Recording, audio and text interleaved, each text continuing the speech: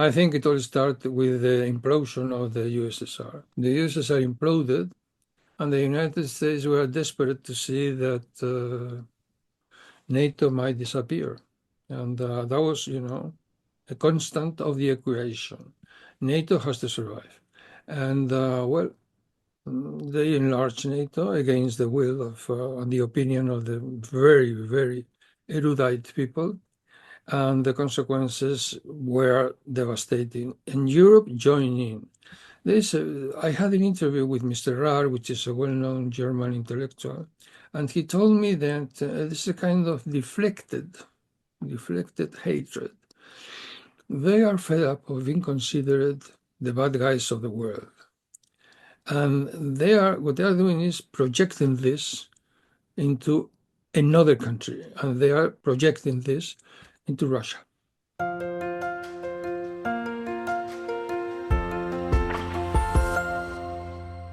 Hello, everybody. This is Pascal from Neutrality Studies, and today I'm talking for the second time to Ambassador José Zorrilla. Ambassador Zorrilla joined the Spanish diplomatic service in 1973, becoming Consul General to Milano. Then he went on to work in Shanghai and Moscow, and finally he became Spain's ambassador to Georgia in 2011. Ambassador Zorrilla last time talked on this channel about his highly interesting experiences in the world, and today we want to talk about his assessment of the, well, diplomacy, if you can call it that, of the Trump administration toward the entire world. So, Ambassador Zorrilla, welcome back to the channel.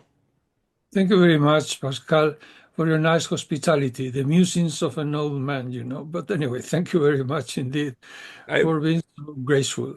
I very much appreciate your assessment and also your outspokenness that you shared last time. And I would like to ask you about you as a former Spanish diplomat. How do you look at what the United States is doing right now? And we are recording this on Friday, April 18th. The tariff war is going on, and I think the tariff war is now morphing into something like a outright confrontation, economic confrontation with China. What's your assessment? Well, to begin with, I cannot believe what I'm seeing, This is the beginning. Incredulity. It's difficult to believe.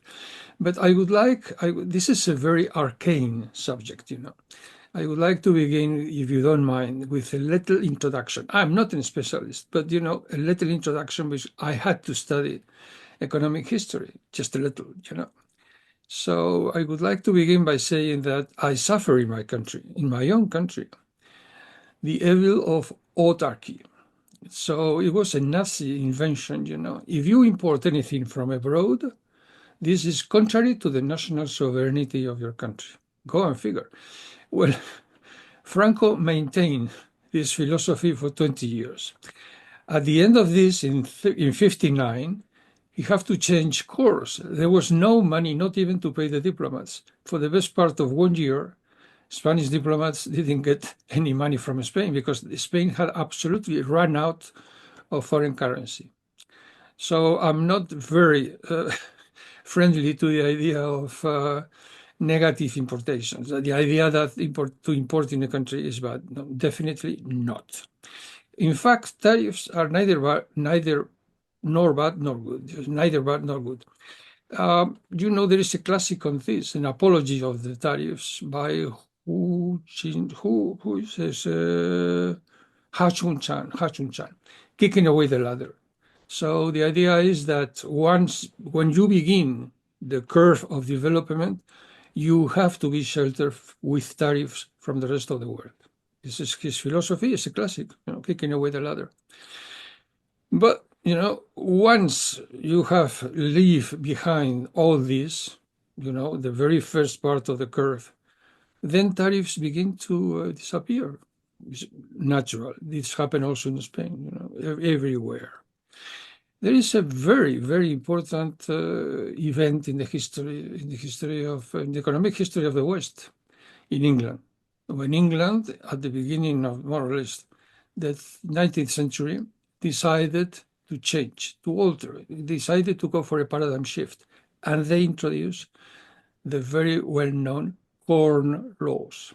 Coronos mean that the English market was open to imports from the continent. And that was a great change because in England, it meant that the landed gentry was no longer the very kernel of the country, but rather the industrial barons. It's a very important moment in the economic history of England. But in general, tariffs are considered to be on the dark side of the force.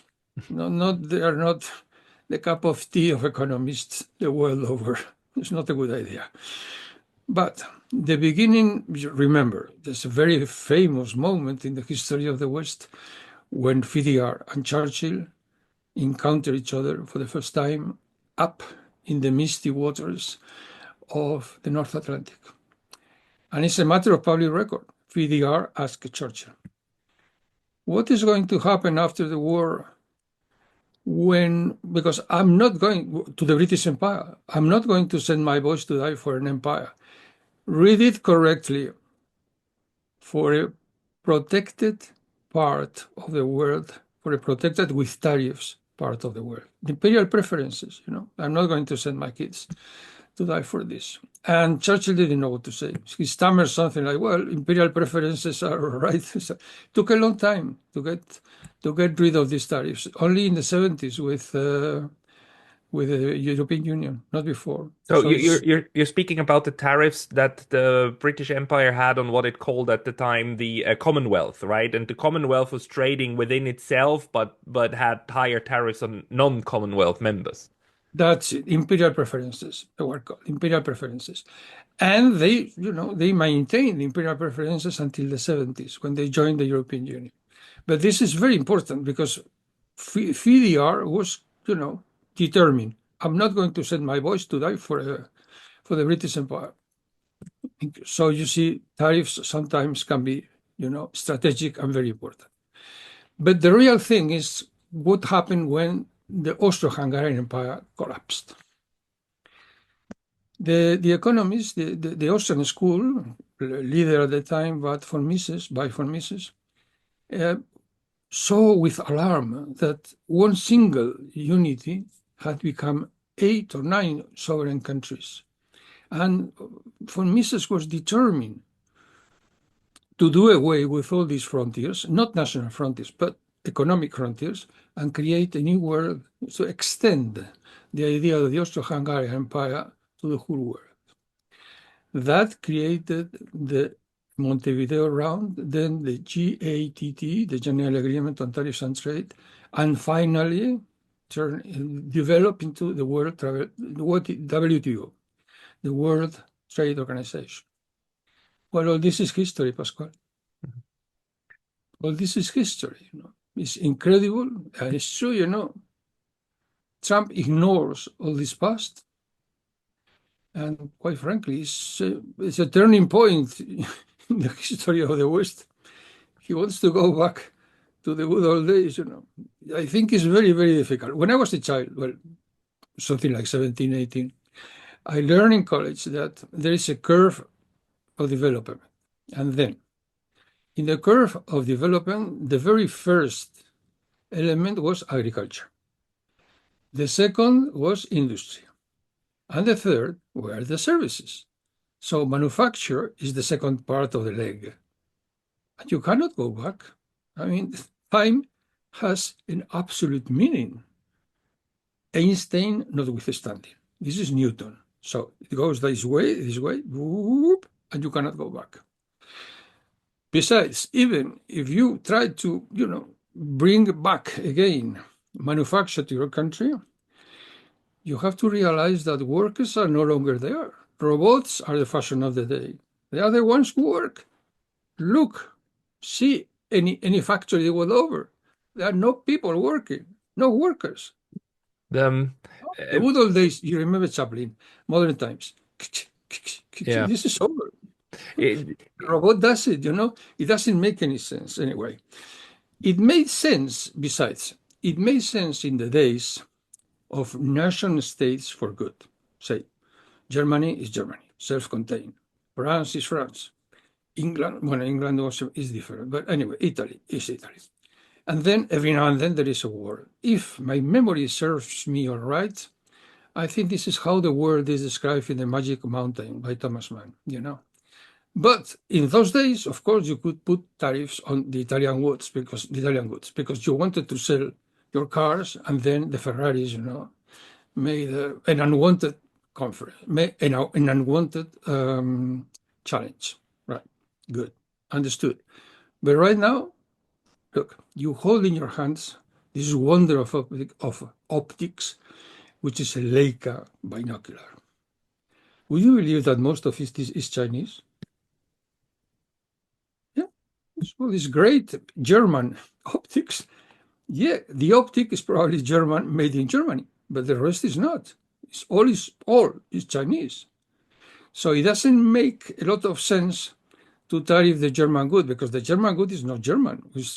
Everything is interconnected. It's like, trying to deconstruct a mayonnaise sauce. You can't. Everything is a kind of unit. You have And the an same.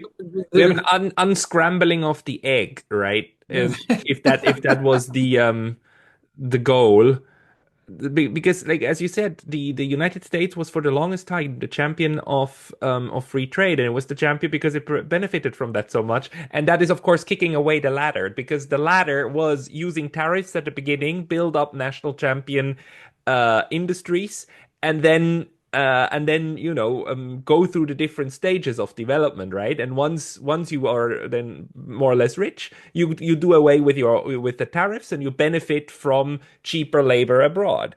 And the United States for the longest time said other countries must not protect their markets. It's evil.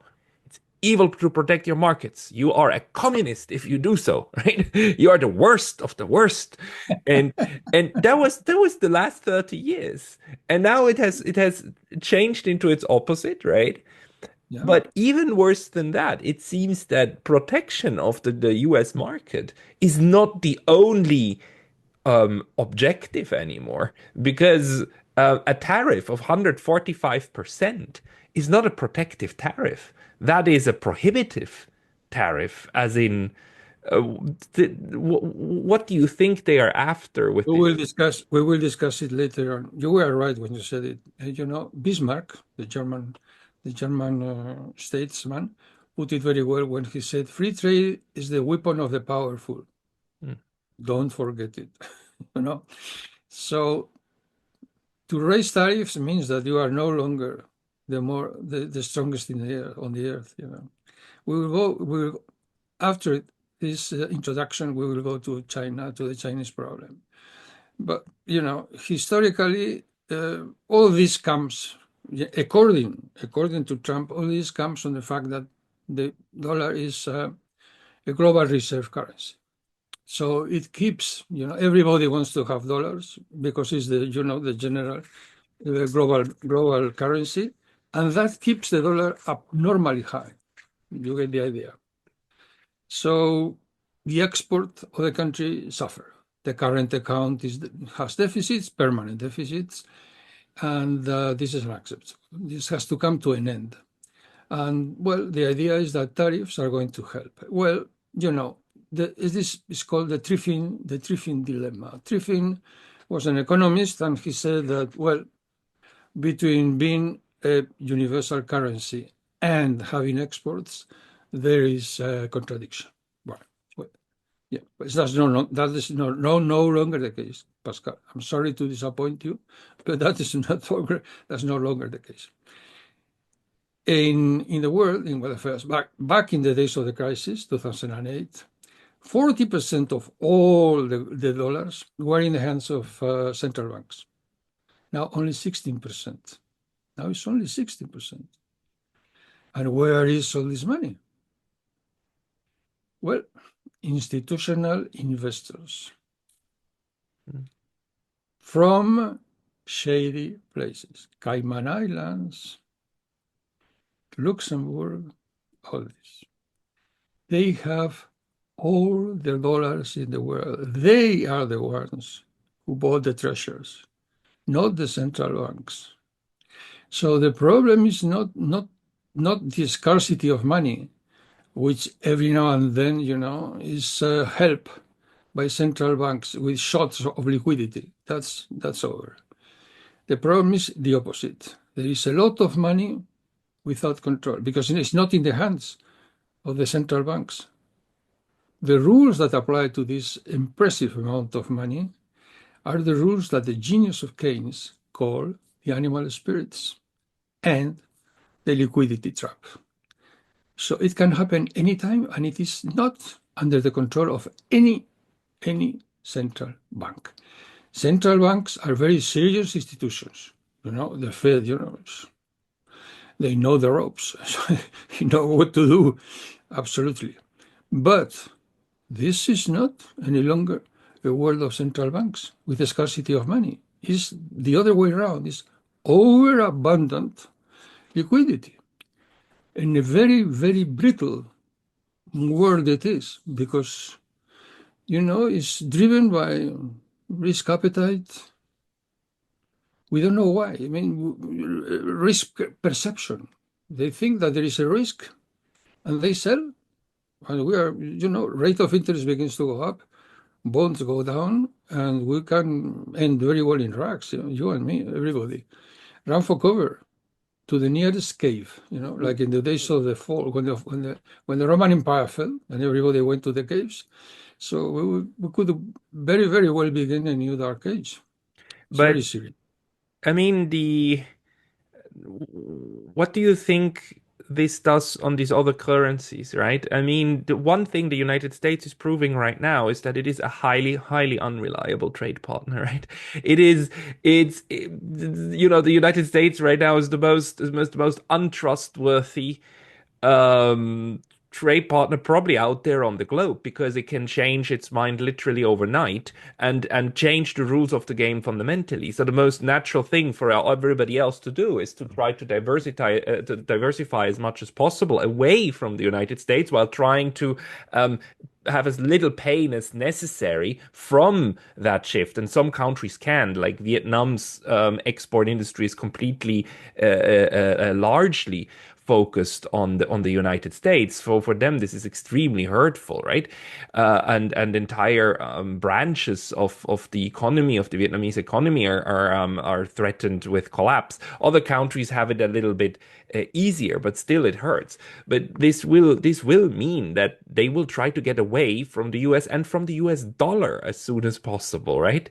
While Donald Trump keeps saying that no, the US dollar will remain the reserve currency, but he complains about it. And on the US White House website, you have an essay up that says like, okay, having a reserve currency is such a huge public good that actually other countries should start paying us for that, right? They simultaneously complain and want to protect what they're complaining about. This is the most conflicting economic policy that I have ever seen. You're absolutely right, Pascal. Absolutely right. You don't need to interview me because you have very clear ideas on the subject, It's I, very clear. I wonder how I mean, as a diplomat, like, I mean, what do you think US diplomats are doing at the moment? I mean, they must be pulling their hair, right? I mean, there's no more way that you can sell this. You cannot spin this. This is a naked opinion. Those who remain in the State Department, because many of the most enlightened and the best cultivated people in the State Department have left or have been fired. It's crazy. I mean, it's absolutely crazy. Well, they have slashed the Department of Education. This is what the world needs, is precisely one of the reasons why the people are, the perception of risk is based upon not anymore about scarcity of money, but the depth of the financial markets of the United States and the good governance of the United States, which is sorely lacking. As you can see, anybody can see it. It's crazy. And the result is that, after all, they are 60% of all, dollar is 60% of all the world transactions. And they can have a devastating effect on the world economy. But yes, look at the tariffs. For instance, you are Taiwan, the faithful Cordelia, the favorite daughter of the old king, Lear. Yeah. And then you move your factory to the United States and you invest 100 billion in the United States. Tariffs come 32%. North Korea, 10%. South Korea, right? Yeah. Sure, what's that? How come? Our best ally, best in heart, the United Kingdom, 10%. So the Brits are incensed. What kind of friendship is this? Now, Land Rover and Jaguar have said no more export to the United States. Is this a way to treat the allied people, your allies? It's difficult to believe. You are absolutely right. The unpredictability of the United States creates havoc. And we are beginning to see the consequences, but not the end of it, because it can end up in a very serious credit crisis, if not in a debt crisis. And if there is a debt crisis with the United States, we are going to have serious problems. Do you have an opening? You are hiring in Kyoto or something? It's like They are going to slash pensions, and I will become a beggar. no, I I think hope it will not go all the way that route, or that the Europeans also start to understand that okay, fine, we need to not if not decouple from the United States, at least actually start making friends with others again. Because the problem the Europeans have is that they basically now they have no more friends left, right? The United States is like kicking them right now. They already kicked away the Russians. They're trash talking China, and I think they forgot. They completely utterly forgot that the continent of Africa exists because they never talk about it. They have no more. They have nowhere left to go.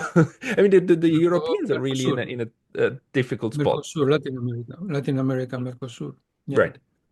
but not very much because we invest heavily in the United States of America. Now, what happens if the United States says, like in a couple, no, it's not you, it's me, it's on me. I am the one who doesn't want you. Most of our political class is dead. Right. And of course, Europe cannot survive. I mean, if we are the enemies of Russia and we cannot have access to the Chinese market, Europe is over. I have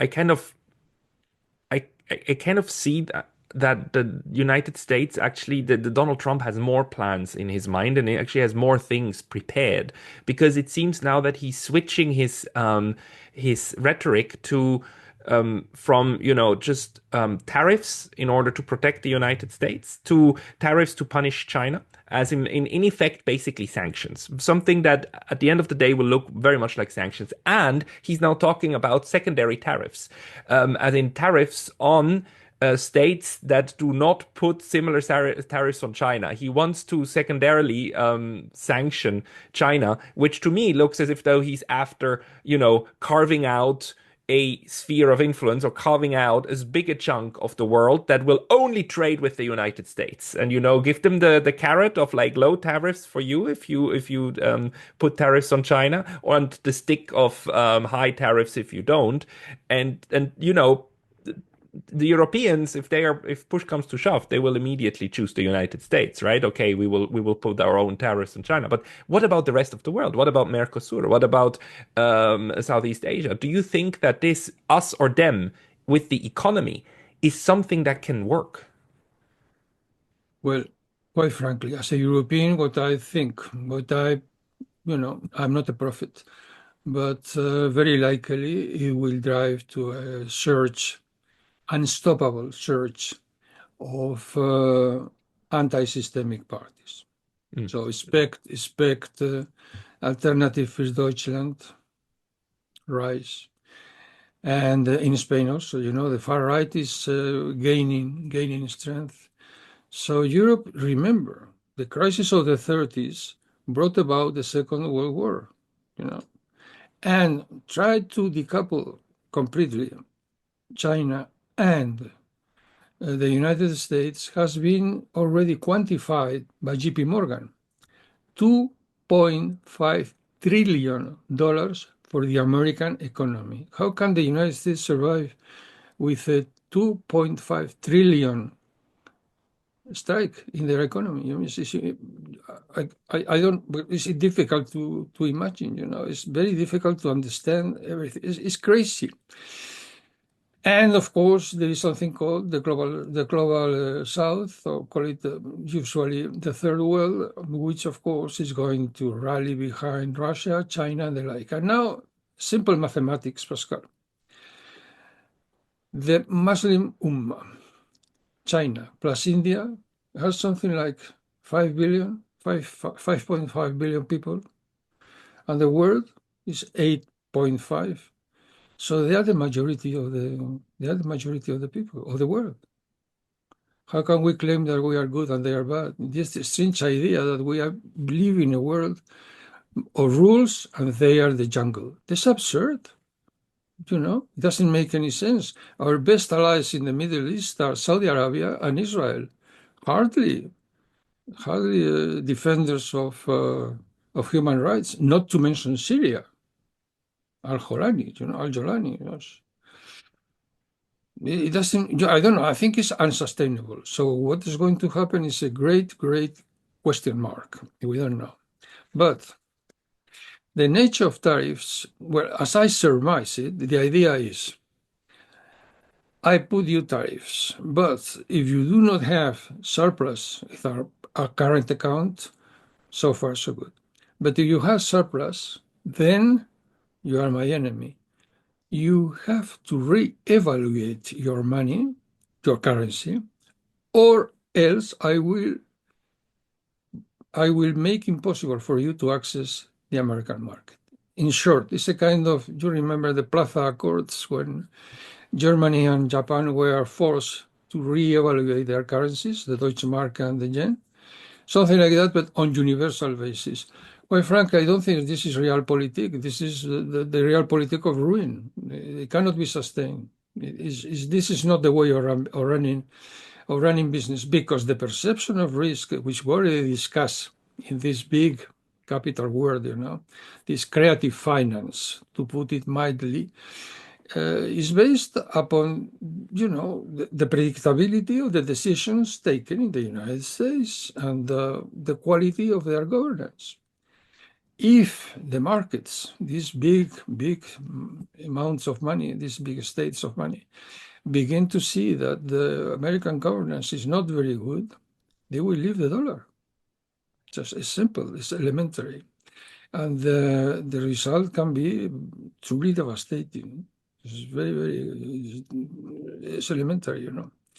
Now, it's very difficult to understand how, for instance, a guy like McKinley, the President McKinley, can be taken as president, as good as the hero. He is Trump's hero.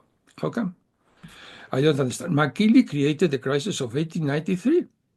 There is a book on this, Scott Reynolds, A Nation of Deadbeats. Read the book, McKinley, Crisis of 1893.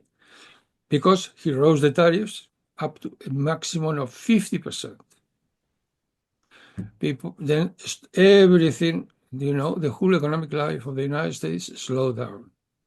People started to wonder that there was not going to be gold for, to pay their bonds. So they started to sell bonds, railway bonds, not treasuries. And the result was a terrible crisis. So it is difficult to understand how this guy, Trump, can say that McKinley is his hero and tariffs are the instrument of choice. Difficult.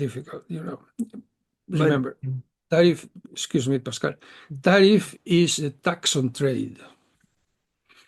Tariffs are a tax on imports and exports, and it can grind, if improperly treated, like it is the case right now, can grind to a halt the world trade. And a crisis of trade will be the end of the world, literally. And this is what we are seeing, 64% of imports to the United States have vanished, and 36% of the exports have vanished. If things continue this way, it's not very difficult to predict that we are going to enter into a credit crisis. It's not the stock exchange. If the stock exchange falls, well, sooner or later, it fixes itself. But credit is a different story. A serious crisis in this field can make the crisis of 29 look like a Hollywood musical, singing in the rain. But don't you think that the other centers of power are going to work overtime to prevent that? I mean, Beijing, Moscow. I mean, even Brussels will try to actually, have stabilization mechanisms and have the ECB try to intervene or talk talk to the ECB because the ones that can help in this moment are the central banks. Um, do you think that monetary policy will be used in order to prevent the worst? Well, you see, the central banks are all right, but considering right now who owns the treasuries, they have very little saying because from 40% they have reached 16%. So this is no longer a question of central banks. As I told you, this is outside the realm of predictability. Now we have different monetary policies. The ECB is lowering the rate of interest because we are in, well, I don't know, it's a bad moment due mainly to the policy of the United States. So the ECB is lowering the rate of interest. But Jerome Powell is not willing to lower the tariffs, the rate of interest, because he's not convinced that this inflation is not going to last. So this is waiting to see if inflation settles or does not settle. Whereas Trump is determined to have the rate of interest going down. Now, if the tariffs in the United States lower, that will be very grave because the inflation is there. If they lower their rate of interest, inflation can become something very, very serious. And I don't understand how, the advisors, Trump's advisors, do not tell him, don't say anything to Jerome Powell. He knows the ropes. Let him do his job. No. He is determined to, he wants to fire him because he Luckily, he wants it. can't, but Well, we'll see, we'll see. He wants him to lower the rate of interest. And I think it's a very serious issue. I think Jerome Powell for the moment is standing his ground, is digging his heels. But we'll see in the future. I'm convinced that lowering the rate of interest in the United States would cause havoc in the medium term. Yeah, right now, this policy approach seems to me like, the United States is not only shooting its own foot, it's shooting itself like several times over, like, like left and right and left and right, and make sure that you can never walk again.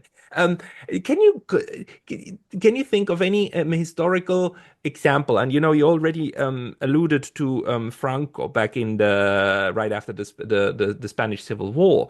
Can you think of any other moment when you think that a leader so massively misunderstood the economy and the interconnections that it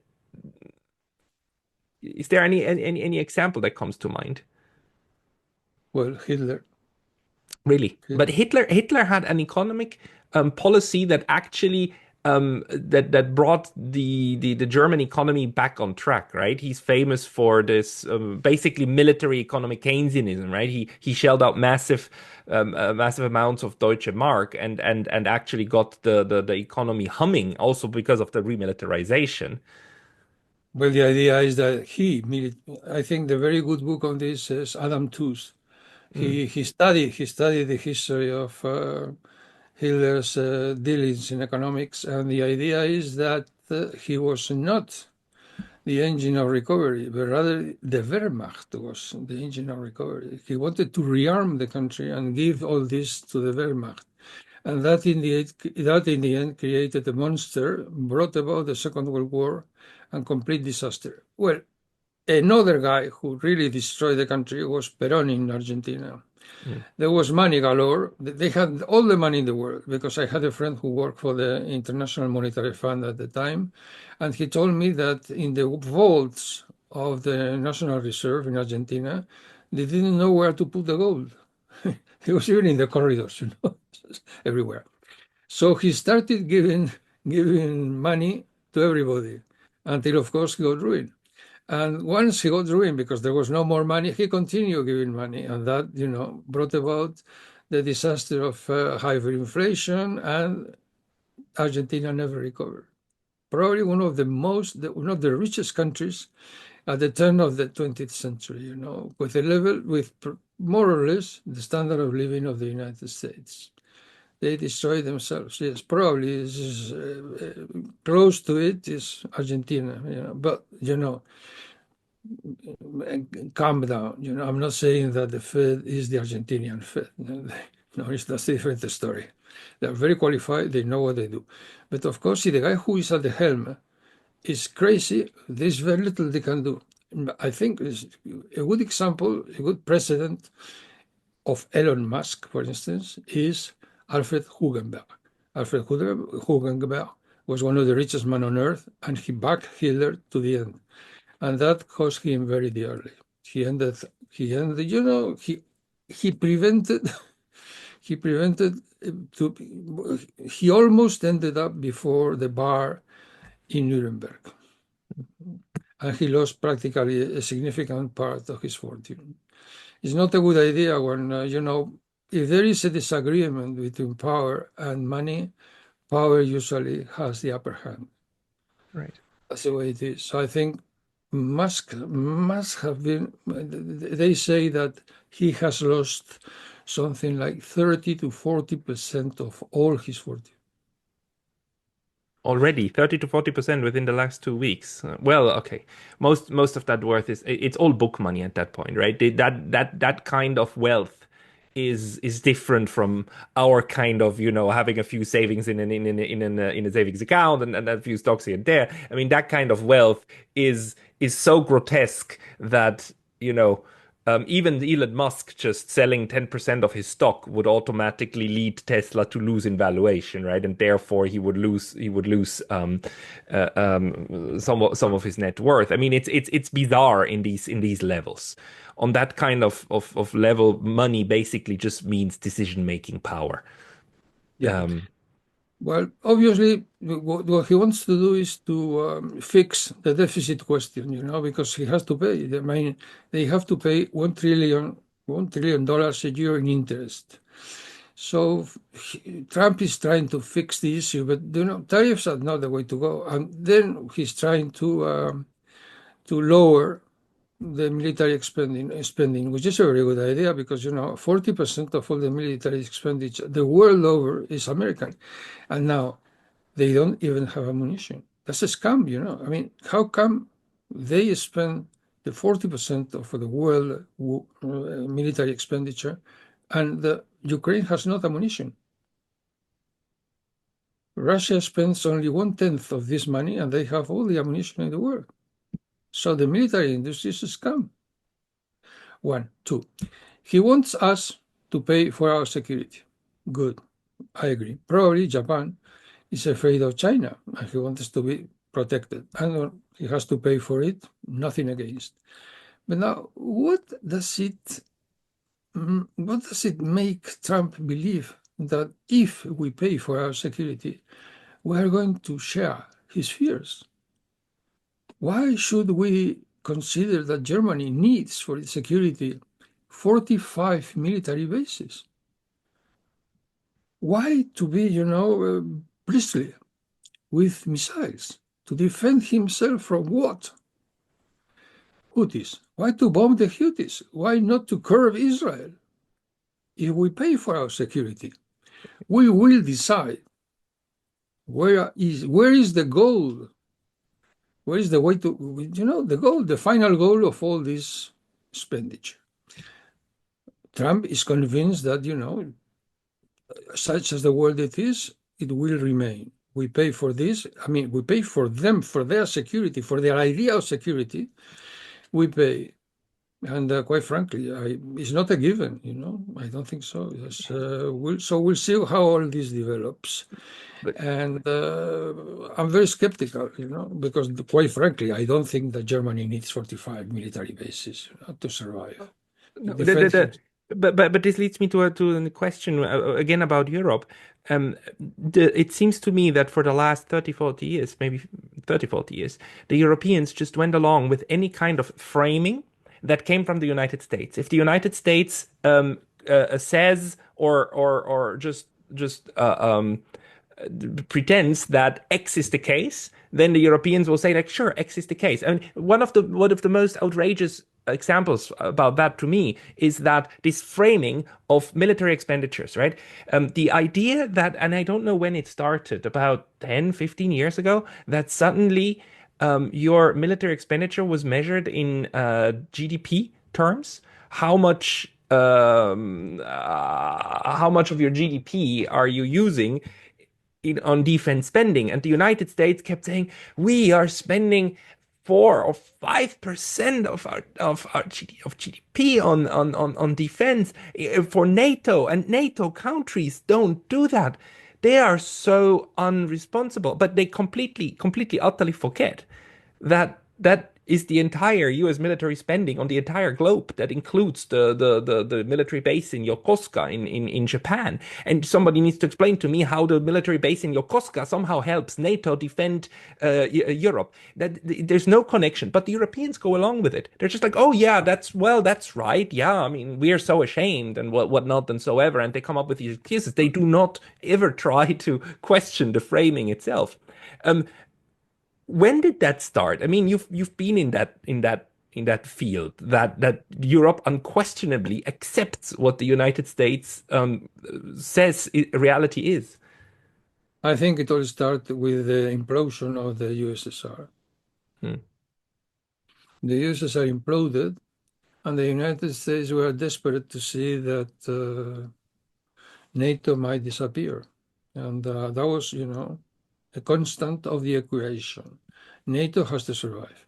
And, well, they enlarged NATO against the will of and the opinion of the very, very erudite people.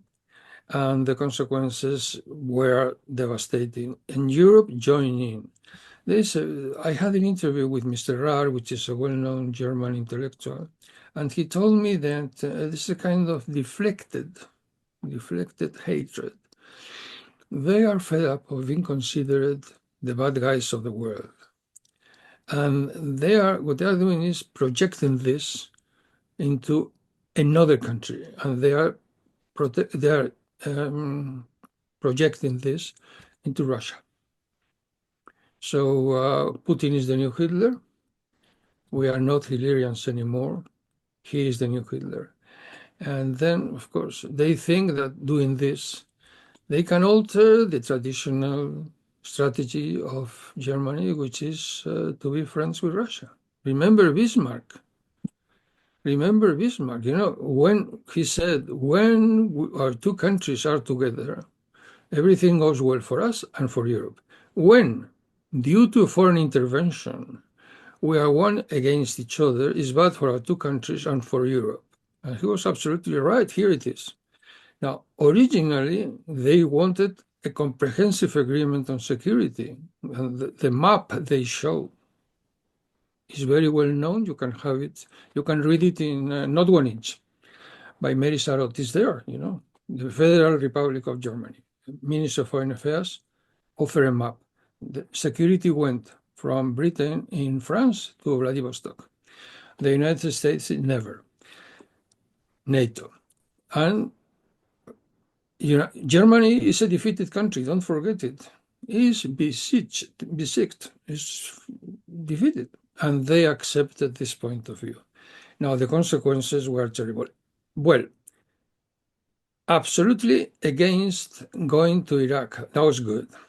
And again, they didn't want Georgia and Ukraine to join NATO. That's good. But then all of a sudden, no, not all of a sudden, but slowly all this changed.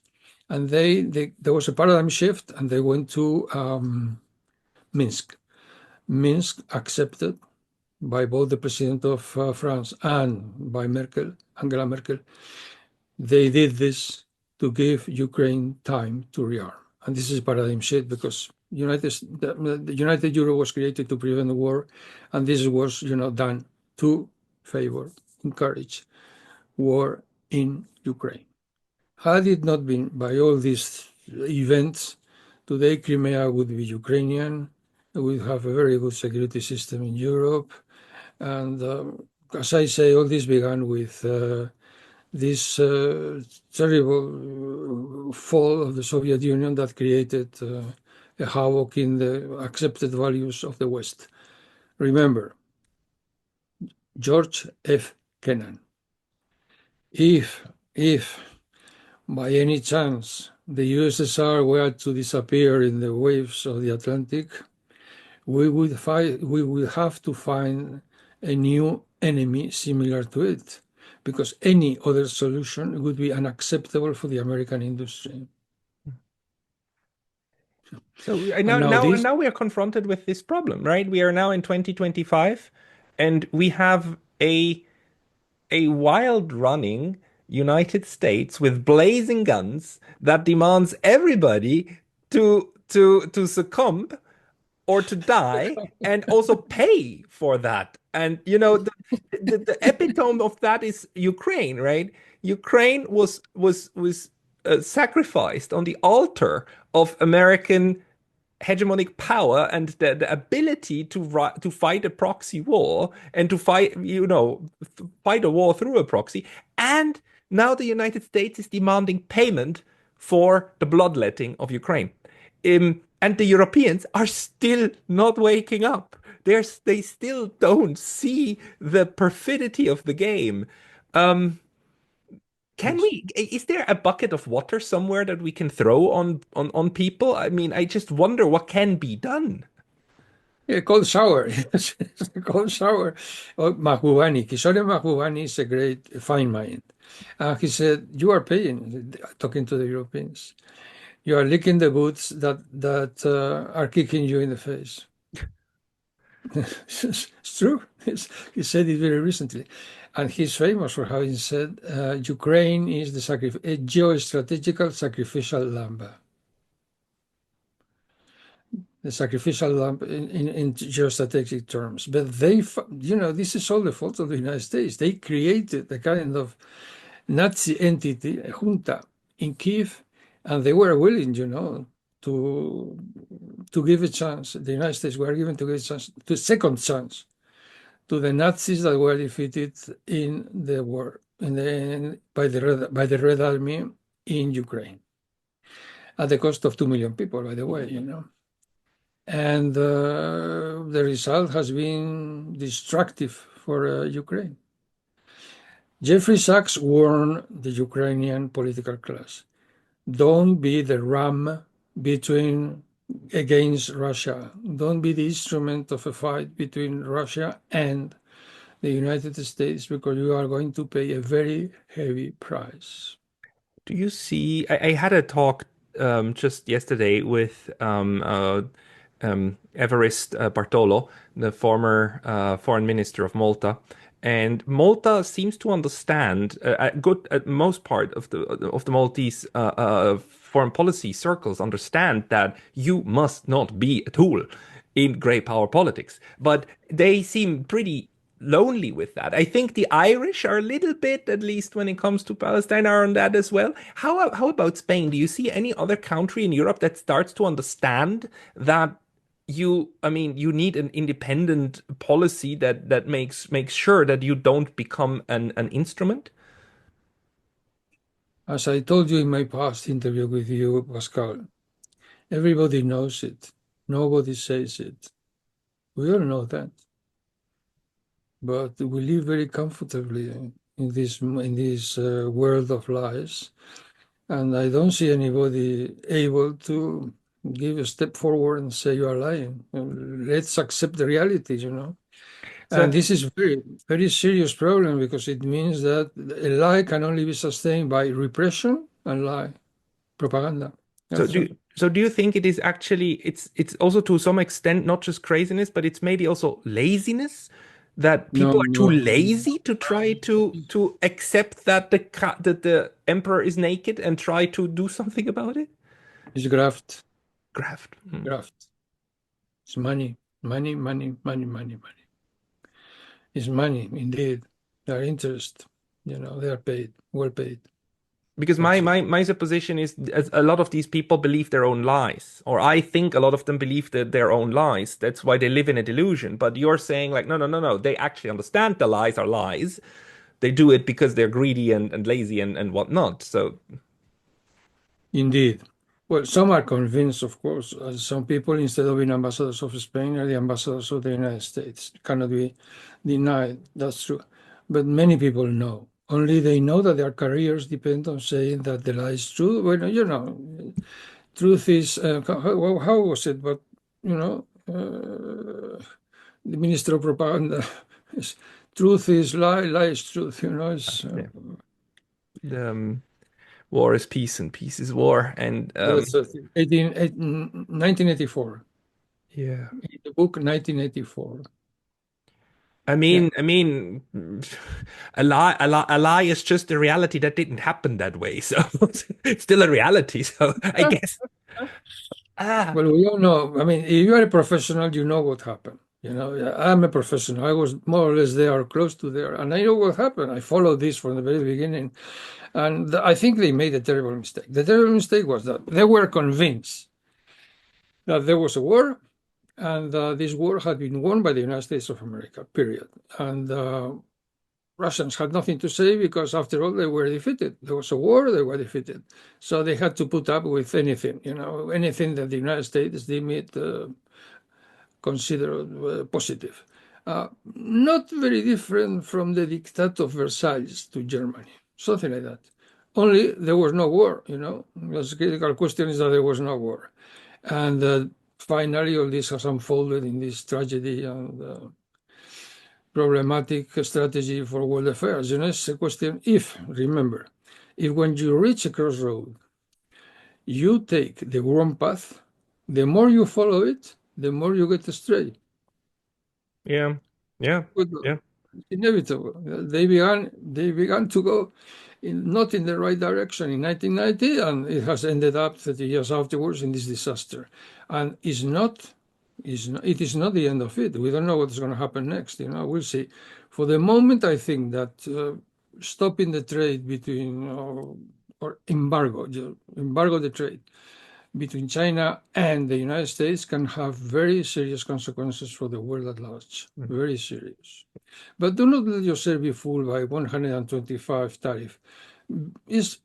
Beyond 40 is absurd because, the benefit of the Chinese exporters is more or less 40%. So beyond that, who cares? You can put it 500. It's equivalent to embargo.